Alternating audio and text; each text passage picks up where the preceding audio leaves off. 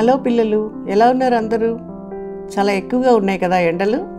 మరి వింటున్నారా మీ అమ్మ నాన్న చెప్పే మాటలు?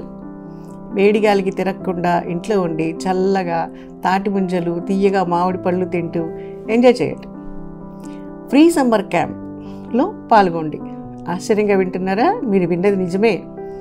బంగారు తల్లి టీము ఈ వేసవి సెలవులు ఉపయోగకరంగా మీలోని సృజనాత్మకతని బయటికి తీసి ఇంకా చైతన్యవంతులుగా చేయడానికి సిద్ధంగా ఉంది.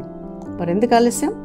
సందేశాత్మక విషయాలు, జాతీయ అంతర్జాతీయ స్థాయిలో ప్రముఖ దినాలు, జనరల్ నాలెడ్జ్ ప్రశ్నలు చదివి పంపిన వీడియోని చివరిదాకా చూసి ప్రశ్నలకు సమాధానం పంపి బహుమతులు పొందండి. ఇప్పుడు ఒక మంచి విషయం గురించి మాట్లాడుకుందాం. మే నెల 1వ తారీఖు ప్రపంచ కార్మిక దినోత్సవంగా జరుపుకుంటున్నాం. అందరికీ తెలిసిందే కదా. ఇది స్కూల్ పిల్లలు మీకు కార్మికులకి సంబంధం ఏంటి అనుకుంటున్నారా? మీరు సిలబస్లో చదివారు కదా, ఇండస్ట్రియల్ రెవల్యూషన్. అదేనండి పారిశ్రామిక విప్లవం. ఈ రెవల్యూషన్ జరిగిన తర్వాత రోజుల్లో అతి తక్కువ జీతానికి ఎక్కువ గంటలు పనిచేయటం, దానివల్ల అనారోగ్య పాలవటం జరిగింది. పరిశ్రమల చుట్టూ ఉండే ప్రాంతంలోనే అపరిశుభ్ర వాతావరణంలో నివాసం ఉంటున్న వారి జీవితం అతి దుర్బలంగా ఉండేది. అనారోగ్యం పాలవటం వల్ల చాలామంది మరణించటం కూడా జరిగింది.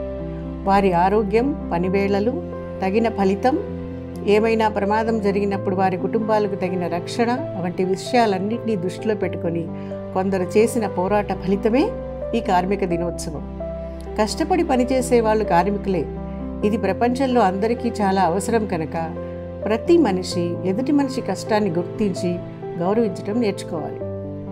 పిల్లల్ని పెంచి పెద్ద చేయటంలో వాళ్ళ తల్లిదండ్రులు పడే కష్టం, బేరమాడే ముందు ఎండల్లో కూర్చుని రోడ్ల మీద తిరిగి పళ్ళు కూరలు అమ్మే వాళ్ళ కష్టం, తినే తిండి పారేసే ముందు ఎండనక వాననక పండించిన రైతు కష్టం, నిస్వార్థంగా మీ అభివృద్ధిని కోరుకుని మిమ్మల్ని ఉత్తమ పౌరులుగా తీర్చిదిద్ది మిమ్మల్ని గొప్పవాళ్ళుగా చేయటానికి పాటుపడిన ఉపాధ్యాయుల కష్టం తప్పకుండా గుర్తించండి. దానికి ఫలితం మీరు తిరిగి సమాజానికి ఇవ్వగలగాలి. అప్పుడే కష్టానికి తగిన ఫలితం ప్రతి వారికి దక్కుతుంది. అందరూ సంతోషంగా ఉంటారు. ఇందాక మనం రైతుల గురించి చెప్పాను కదా. ఆ రైతుల కష్టాన్ని చాలా సంవత్సరాల క్రితం ఒక మహాకవి కూడా మెన్షన్ చేశాడు. ఆయన గురించి ఎందుకు చెప్పాల్సి వచ్చిందంటే, మొన్ననే ఆయన జయంతి కూడా అయింది. ఆయన ఎవరో కాదు, మన మహాకవి శ్రీశ్రీ గారు. ఏమంటున్నాడంటే, ఇందాక చెప్పాం కదా, ఒక్క అన్నం ఎత్తి కూడా పారేయటం రైతు కష్టాన్ని మనం వృధా చేసిన వాళ్ళం అవుతామని.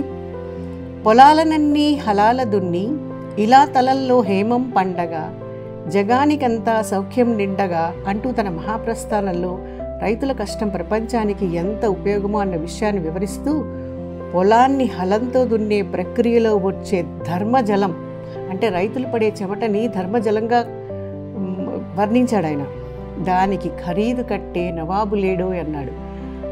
ఎందుకు ఖరీదు కట్టే నవాబు లేడు అంటే, పూర్వకాలంలో యుద్ధానికి పనికొచ్చే గుర్రాలు, అత్యంత విలువైనటువంటి వజ్ర వైఢూర్యాలు, కొన్ని నగల్ని ఖరీదు కట్టడానికి కొంతమంది మహారాజులు, నవాబులు ముందుకొచ్చేవాళ్ళు.